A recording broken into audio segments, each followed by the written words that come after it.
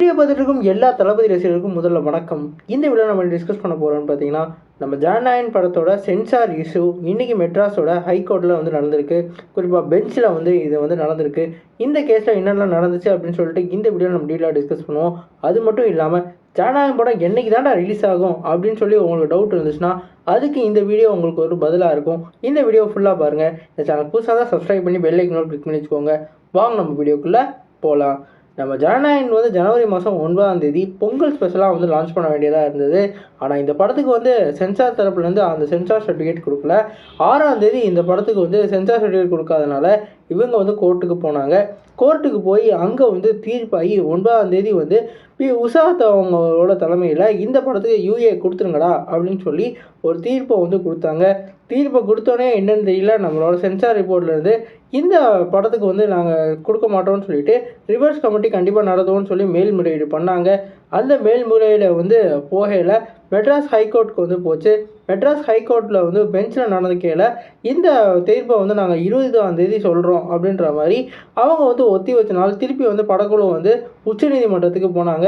உச்சநீதிமன்றம் என்ன சொல்லியிருந்தாங்கன்னு பார்த்தீங்கன்னா, நம்ம மெட்ராஸ் ஹைகோர்ட்லேருந்து என்ன தீர்ப்பு வருதோ அந்த தீர்ப்புக்கு அப்புறம் தான் நாங்கள் வந்து இந்த முடிவுனாலும் எடுப்போம். அந்த தீர்ப்பு ஒருவேளை உங்களுக்கு சாதகமாக வரேன்னா இங்கே திருப்பி வந்து கேஸுக்கு வந்து கொடுங்க அப்படின்ற மாதிரி அவங்க திருப்பி வந்து மெட்ராஸ் ஹைகோர்ட்டுக்கே கொடுத்துட்டாங்க. இன்றைக்கி வந்து இந்த பிரச்சனை வந்து நடந்துச்சு. இந்த பிரச்சனை 11:00லேருந்து ஆரம்பித்து சாயந்தரம் ஒரு 4 மணி 5 மணி வரைக்கும் ஓடிச்சுங்க. குறிப்பாக சொல்லணும்னா இப்போ வந்து வாதத்தை வந்து வச்சது வந்து சென்சார் போர்டு தான் சொன்னாங்க. அந்த இதில் வந்து எங்களுக்கு வந்து வாதம் வைக்கிறதுக்கு வாய்ப்பே கொடுக்கல. அது வந்து உடனே வந்து ஒரே நல்ல தீர்ப்பு கொடுத்துட்டாங்க. அது தவறானது அப்படின்னு சொல்லிட்டு இவங்க வந்து என்ன சொல்லியிருந்தாங்கன்னா, நாங்கள் வந்து ஒரு 5 பேர் கொண்ட ஒரு குழு வந்து பார்த்தாங்க. அதில் ஒரு ஆளுக்கு வந்து இந்த படத்தில் வந்து நிறையா வந்து அவங்களுக்கு பிடிக்காத கட்டெலாம் இருக்குது. அதனால் ரிவைஸ் கமிட்டிக்கு அனுப்பணும்னு சொல்லி ஒருத்தர் வந்து கம்ப்ளைண்ட் கொடுத்துருக்காரு. அதனால் நாங்கள் வந்து இந்த படத்துக்கு வந்து சென்சார் தரலன்ற மாதிரி அவங்க வாதத்தை வச்சாங்க. அதே மாதிரி நம்ம ஜனநாயகன் டீம்லேருந்து என்ன சொல்லியிருந்தாங்கன்னா, 5 பேர் வந்து பார்த்துட்டு எங்களுக்கு வந்து டிசம்பர் மாதம் 21ஆம் தேதி ஒரு 17 கட்டை வந்து சொல்லியிருந்தாங்க.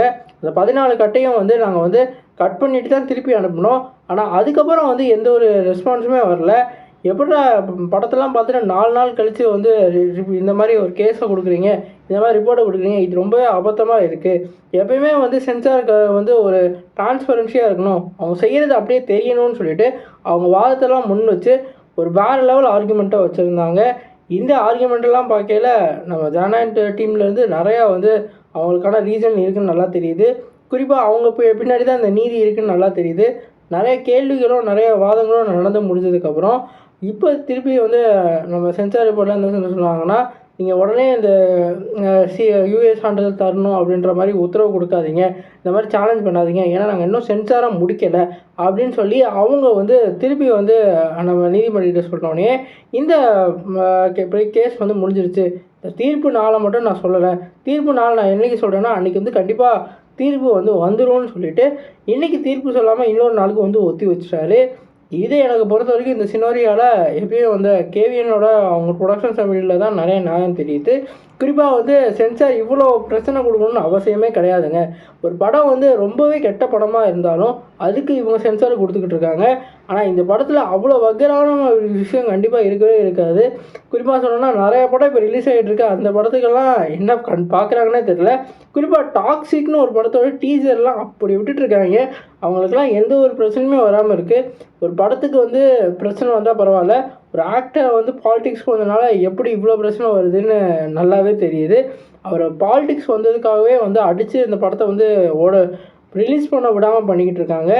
இது மட்டும் இல்லாமல் இந்த படத்தோட ரிப்போர்ட் ஒருவேளை இந்த தீர்ப்பில் வந்து யூஏ கொடுத்துருங்க அப்படின்னு சொன்னால் கூட இவங்க வந்து திருப்பி வந்து உச்சநீதிமன்றத்துக்கு போவாங்களே தவிர யூஏ கொடுக்கறதுக்கு வாய்ப்பு கிடையாது. ஒருவேளை அவங்க யூஏ தராமல் அவங்க சென்சார் தீர்ப்பை வந்து அவங்களுக்கு வழங்கினாலும் நம்ம ஆளுங்க வந்து திருப்பி வந்து உச்சநீதிமன்றத்துக்கு போவாங்க. அதனால் இப்போ வந்து லாஸ்ட் ஸ்டெப்புக்கு முன்னாடி ஸ்டெப்பில் இப்போ நம்ம இருக்கோம். அதாவது ஃபைனலாக டிசிஷன்ஸ்க்கு முன்னாடி ஒரு டிசைடாக இருக்கும். ஒரு வேளை வந்து நம்மக்கிட்ட நியாயம் இருந்தாலும் அவங்க வந்து இப்போ தர்றதுக்கு வாய்ப்பு ரொம்பவே கம்மி. கண்டிப்பாக ஆனால் பிப்ரவரி மாதம் கண்டிப்பாக படம் ரிலீஸ் ஆகிரும். யாரும் கவலைப்படாதீங்க. இன்னும் கரெக்டாக 10 நாளுக்குள்ளே இந்த படத்தோட அவுட்புட்டை நம்ம கண்டிப்பாக பார்க்க போகிறோம். தளபதியோட ஒன் லாஸ்ட் மூவி. அந்த கண்டிப்பாக ஒன் லாஸ்ட் மூவியை நம்ம மிஸ் பண்ணாமல் பிப்ரவரி மாதம் கண்டிப்பாக செலிப்ரேட் பண்ணுவோம். நீங்கள் சொல்லுங்கள் ஃப்ரெண்ட்ஸ், இந்த படத்துக்கு எவ்வளோ வீகராக வெயிட் பண்ணுறீங்க? இப்படியெல்லாம் கேஸ் நடக்குது, இதை பற்றி என்ன கமெண்ட் பாக்ஸில் கமெண்ட் பண்ணுங்கள். சேனல் புதுசாக சப்ஸ்கிரைப் பண்ணுங்கள். நன்றி.